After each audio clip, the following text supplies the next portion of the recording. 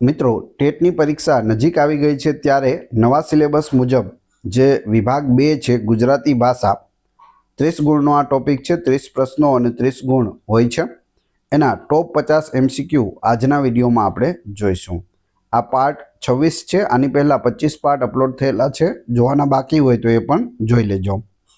આ વિડીયોમાં આપણે ભાષા અર્થગ્રહણ વિશે વાત કરીશું. તો જોઈએ, ખૂબ જ અગત્યનો આ વિડીયો. છેલ્લે તમારી ટેસ્ટ પણ લેવામાં આવશે અને તમને ફ્રીમાં PDF પણ પ્રોવાઈડ કરાવવામાં આવશે. ભાષા અર્થગ્રહણ માટે નીચેનામાંથી કયું સૌથી મહત્વપૂર્ણ છે? જવાબ આવશે ઓપ્શન A. શબ્દોના અર્થ અને સંદર્ભને સમજીને સંદેશાના મૂળ ભાવને પકડવાની ક્ષમતા. શ્રવણ કૌશલ્યનું ભાષા શિક્ષણમાં મુખ્ય મહત્વ શું છે? અન્ય વ્યક્તિના સંદેશાને યોગ્ય રીતે ગ્રહણ કરવું અને સમજૂતી માટેના પ્રથમ સોપાન તરીકે કાર્ય કરવું. કથન કૌશલ્યના વિકાસ માટે કઈ પ્રવૃત્તિ સૌથી અસરકારક છે? જવાબ આવશે વર્ગખંડમાં ચર્ચા, ભૂમિકા ભજવવી અને વાર્તા કહેવાની પ્રવૃત્તિઓ. સંભાષણ સજ્જતાનું મૂલ્યાંકન કરતી વખતે શિક્ષકે કયા પાસા પર ધ્યાન આપવું જોઈએ? પ્રવાહિતા, ઉચ્ચારણ, વિષયવસ્તુની સુસંગતતા અને પ્રતિભાવ. પ્રાથમિક સ્તરે ભાષા શિક્ષણનું મુખ્ય ધ્યેય શું હોવું જોઈએ? બાળકને ભાષાના ચારેય મૂળભૂત કૌશલ્યો એટલે કે શ્રવણ, કથન, વાંચન અને લેખનમાં સજ્જ કરવું. આ ચાર જે કૌશલ્યો છે તેનો ક્રમ પણ યાદ રાખજો. શ્રવણ, પછી કથન, પછી વાંચન અને લેખન ક્રમ પણ પૂછાય છે. વર્ગ વ્યવહારમાં ભાષાની આંતરક્રિયાને ઉત્તેજિત કરવા શિક્ષકે શું કરવું જોઈએ? ઓપન એન્ડેડ પ્રશ્નો પૂછવા અને જૂથ કાર્ય દ્વારા વિદ્યાર્થીઓને એકબીજા સાથે વાત કરવા પ્રોત્સાહિત કરવા જોઈએ. પ્રત્યાયનમાં ભાષાના મૂળભૂત તત્વો કયા છે? ધ્વનિ, શબ્દો, વાક્ય રચના અને અર્થ.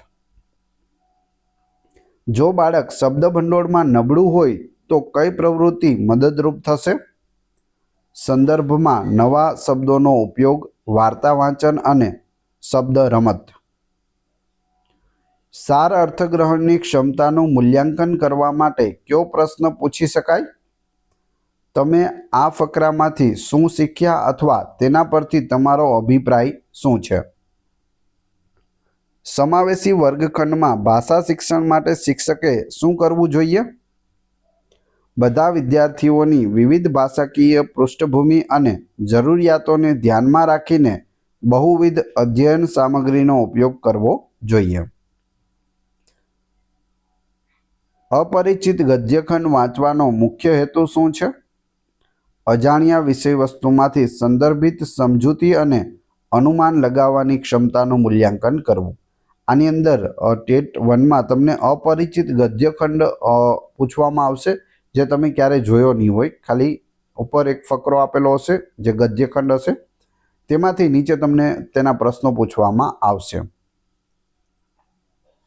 ગદ્યખંડમાં ના ઇડિયમ્સ અને ફ્રેઝિસનું મૂલ્યાંકન કયા પાસા સાથે સંબંધિત છે? વાક્કૌશલ્ય અને શબ્દ ભંડોળનું સંદર્ભિત જ્ઞાન. કાવ્યમાંથી અનુમાનને લગતો પ્રશ્ન કયો ગણાય? કવિતા વાંચ્યા પછી કવિનો મૂડ અથવા લાગણી શું હોઈ શકે? સર્વનામને લગતો પ્રશ્ન ગદ્યખંડના કયા પાસાનું મૂલ્યાંકન કરે છે? વ્યાકરણ અને વાક્યમાં શબ્દો વચ્ચેનો સંબંધ. જો કોઈ ગદ્યખંડ વૈજ્ઞાનિક વિષયવસ્તુ પર આધારિત હોય તો કઈ ક્ષમતાનું મૂલ્યાંકન થાય છે? માહિતીનું ચોકસાઈપૂર્વક વિશ્લેષણ કરવું અને તાર્કિક નિષ્કર્ષ કાઢવો. અન્ય પુરુષ એકવચનમાં વર્તમાન કાળનું ક્રિયાપદ કયું છે? અન્ય પુરુષ એકવચન. જવાબ આવશે દોડે છે, ઓપ્શન B. કયો શબ્દ સમાસનું ઉદાહરણ છે? રાત દિવસ છે. દ્વંદ્વ સમાસ, માતા પિતા, રાત દિવસ એ બધા. સંધિ જોડો માટે કયું ઉદાહરણ યોગ્ય છે? એટલે કે અહીં સંધિઓ આપેલી છે તેમાં સાચી કઈ છે? જવાબ આવશે સૂર્ય વત્તા ઉદય, સૂર્યોદય, ઓપ્શન B. ક્રિયા વિશેષણનો ઉપયોગ કયા હેતુસર થાય છે?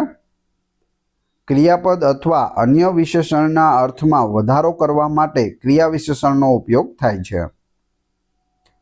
તેજસ્વી શબ્દનો વિરોધી શબ્દ કયો છે? તેજસ્વીનો વિરોધી ઝાંખું થશે. સરોવર શબ્દનો સાચો સમાનાર્થી શબ્દ કયો છે? સરોવર. સરોવર એટલે થશે તળાવ. Option b. નીચેનામાંથી કયું વાક્ય કર્મણી પ્રયોગ દર્શાવે છે? કર્મણી પ્રયોગ. મારાથી પુસ્તક વંચાય છે, આ કર્મણી વાક્ય છે. અ ઉપસર્ગનો ઉપયોગ કયા શબ્દમાં થાય છે? નીચે આપેલા છે તેમાંથી શેમાં થયેલો છે? તો અસત્યમાં થયેલો છે. સત્ય છે એની આગળ અ ઉપસર્ગ લગાવવામાં આવ્યો છે. અલંકારમાં ઉપમાનો અર્થ શું છે? ઉપમા અલંકાર. બે જુદી જુદી વસ્તુઓ વચ્ચે જેવું, સમાન, જેમ જેવા શબ્દોથી સરખામણી કરવી તે ઉપમા અલંકાર થાય છે. વિરામ ચિહ્નમાં અલ્પવિરામનો મુખ્ય ઉપયોગ શું છે?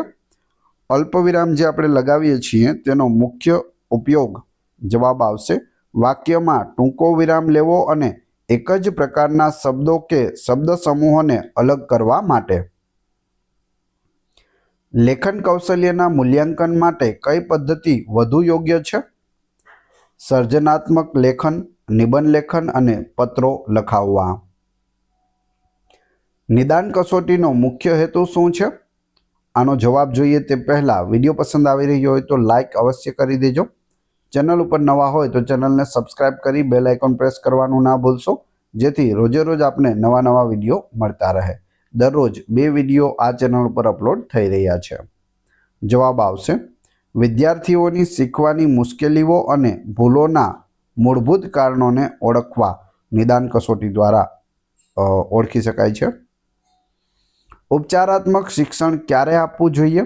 જવાબ આવશે નિદાન કસોટી દ્વારા મુશ્કેલીઓ ઓળખ્યા પછી તરત જ પ્રથમ નિદાન કસોટી લેવામાં આવે છે. તેમાં બાળક કયા વિષયમાં અથવા તો કઈ વસ્તુમાં નબળો પડે છે તે નક્કી થાય છે. ત્યારબાદ તુરંત જ ઉપચારાત્મક શિક્ષણ આપવું જોઈએ. મોટેથી વાંચનનો હેતુ કયા કૌશલ્યના વિકાસ માટે છે? ઉચ્ચારણ, પ્રવાહિતા અને આત્મવિશ્વાસ માટે. મૌન વાંચનનો મુખ્ય ફાયદો શું છે? વાંચનની ઝડપ વધારવી અને અર્થગ્રહણ પર વધુ ધ્યાન કેન્દ્રિત કરવું. સાવધાન શબ્દમાં પૂર્વ પ્રત્યય કયો છે? સાવધાનમાં પૂર્વ પ્રત્યય સ છે. અવધાન છે તેમાં સ લગાવેલો છે એટલે સાવધાન. પોતે શબ્દ કયા પ્રકારનું સર્વનામ છે? સ્વવાચક સર્વનામ છે. પોતે, હું પોતે જઈશ. કાગડો દહીંથરું લઈ ગયો વાક્યમાં દહીંથરું એ કયું પદ છે? તો તે કર્મ છે. કયું વાક્ય દ્વિતીય વિભક્તિ એટલે કે કર્મ વિભક્તિનું ઉદાહરણ છે? આમાંથી કર્મ વિભક્તિનું ઉદાહરણ રામે રાવણને માર્યો. આમાં ને આવેલો છે એટલે કર્મ વિભક્તિ છે જે દ્વિતીય વિભક્તિ છે. પગભર થવું રૂઢિપ્રયોગનો અર્થ શું છે? પગભર થવું આર્થિક રીતે સ્વાવલંબી થવું. અરે વાહ, કેવી સુંદર ઇમારત છે વાક્યમાં કયું ચિહ્ન ભાવનાત્મકતા દર્શાવે છે? તો તે છે ઉદ્ગાર ચિહ્ન. મરણ પથારી શબ્દનો વિગ્રહ કયો છે? મરણ પથારી. જવાબ આવશે મરણરૂપી પથારી. કર્મધારાય સમાસ. કવિ શબ્દનું સ્ત્રીલિંગ શું છે? કવિનું સ્ત્રીલિંગ શું થશે? જવાબ આવશે કવયિત્રી. Option C કવયિત્રી. કવિયત્રી લખીને આવવાનું નથી, ખાસ યાદ રાખજો. કવિનું સ્ત્રીલિંગ કરીએ તો કવયિત્રી થાય, એટલે કે મહિલા હોય તો તેને કવયિત્રી કહેવાય, પુરુષ હોય તો તેને કવિ કહે છે. જે બોલે તે દિવાલે માં દિવાલે શું દર્શાવે છે? એટલે કે દિવાલોને પણ કાન હોય છે. જે બોલીએ તે દિવાલને સંભળાતું હોય છે, આપણે ભલે ઘરની અંદર બોલી રહ્યા હોય તો પણ. તો જવાબ આવશે સ્થળવાચક ક્રિયા વિશેષણ છે. કાવ્યનું અર્થગ્રહણ ગદ્યના અર્થગ્રહણથી કઈ રીતે અલગ પડે છે? કાવ્યમાં ભાવાત્મક છંદોબદ્ધ અને અલંકારિક ભાષાને કારણે વધુ ઊંડાણપૂર્વક ભાવનાત્મક અનુમાનની જરૂર પડે છે. રચનાત્મક મૂલ્યાંકનનો હેતુ શું છે? શીખવાની પ્રક્રિયા દરમિયાન વિદ્યાર્થીની પ્રગતિનું નિરીક્ષણ કરવું અને પ્રતિપોષણ આપવું. ભાષા કૌશલ્યોનું સંકલન એટલે શું? 4 કૌશલ્યો જેમાં શ્રવણ, કથન, વાંચન અને લેખનને અલગ અલગ શીખવવાને બદલે પરસ્પર સંબંધિત પ્રવૃત્તિઓ દ્વારા શીખવવું એટલે ભાષા કૌશલ્યનું સંકલન. વાક કૌશલ્યનો સંબંધ મુખ્યત્વે કયા ભાષા કૌશલ્યો સાથે છે? વાંચન અને કથન સાથે છે. ગુજરાતી ભાષાની જોડણી સુધારવા માટે શિક્ષકે શું કરાવવું? શ્રુતલેખન અને શબ્દોના મૂળ સ્વરૂપનું સમજૂતી સાથે વારંવાર લેખન કરાવવું. જો બાળક શબ્દોના અર્થનું અનુમાન સંદર્ભમાંથી ન કરી શકે તો શિક્ષકે કઈ વ્યૂહરચનાનો ઉપયોગ કરવો જોઈએ? વાક્યમાં શબ્દની આસપાસના અન્ય શબ્દો અને વિષયવસ્તુના મૂળ વિચાર પર ધ્યાન કેન્દ્રિત કરવા માર્ગદર્શન આપવું જોઈએ. અપરિચિત ગદ્યખંડમાંથી મુખ્ય વિચાર શોધવા માટે કઈ તકનીક ઉપયોગી છે? સ્કીમિંગ અને સ્કેનિંગ તકનીકોનો ઉપયોગ કરવો. વર્ગખંડમાં પ્રત્યાયનને અસરકારક બનાવવા માટે કયું મહત્વપૂર્ણ છે? દ્વિમાર્ગી પ્રત્યાયન અને સકારાત્મક પ્રતિપોષણ. કથા નાટક પ્રવૃત્તિ ભાષાના કયા કૌશલ્યના વિકાસ માટે સૌથી વધુ મદદરૂપ છે? કથન એટલે કે બોલવું, શ્રવણ અને ભાષાના ભાવનાત્મક ઉપયોગ માટે વધુ મદદરૂપ છે. ભાષા શિક્ષણમાં ભૂલોને કેવી રીતે જોવી જોઈએ? બાળક કેવી રીતે શીખી રહ્યું છે તે સમજવા અને તેના અધ્યયનમાં સુધારો કરવા માટેનું મહત્વનું સોપાન છે. ભાષા સજ્જતામાં કયું પાસું લેખન કૌશલ્ય સાથે સીધું જોડાયેલું છે? વાક્ય રચનાની ચોકસાઈ અને પ્રવાહિતા. હવે તમારી ટેસ્ટ, જે આપણે વિડીયો જોયો તેમાંથી તમને અહીં પ્રશ્નો પૂછવામાં આવે છે, જેના જવાબ તમારે ક્રમશઃ કમેન્ટ બોક્સમાં આપવાના છે. એ રીતે આપવાના છે કે માની લો પરીક્ષામાં પ્રશ્ન પૂછાઈ ગયો તો તમને આવડે છે કે નહીં. એ પછી આપણે ફ્રી PDF વિશે પણ વાત કરીશું. પ્રશ્ન નંબર 1, પ્રત્યાયનમાં ભાષાના મૂળભૂત તત્વો કયા છે? 4 ઓપ્શન આપેલા છે. બીજો, રચનાત્મક મૂલ્યાંકનનો હેતુ શું છે? બંનેના જવાબ ક્રમશઃ કમેન્ટ બોક્સમાં આપી દેજો. વાત કરીએ PDFની તો આ વિડીયોની ફ્રી PDF ટેલિગ્રામ અને WhatsApp ગ્રુપમાં મળશે. બંનેની લિંક ડિસ્ક્રિપ્શનમાં આપેલી છે, ત્યાં તમે ફ્રીમાં જોડાઈ શકો છો. વિડીયો પસંદ આવ્યો હોય તો લાઇક, કોમેન્ટ, શેર અને સબસ્ક્રાઇબ કરવાનું ના ભૂલશો. આ ચેનલ ઉપર ઘણા બધા વિડીયો અવેલેબલ છે. તમે ચેનલના નામ ઉપર ક્લિક કરી વિડીયોમાં જઈ બધા જ લેટેસ્ટ વિડીયો જોઈ શકો છો. ધન્યવાદ.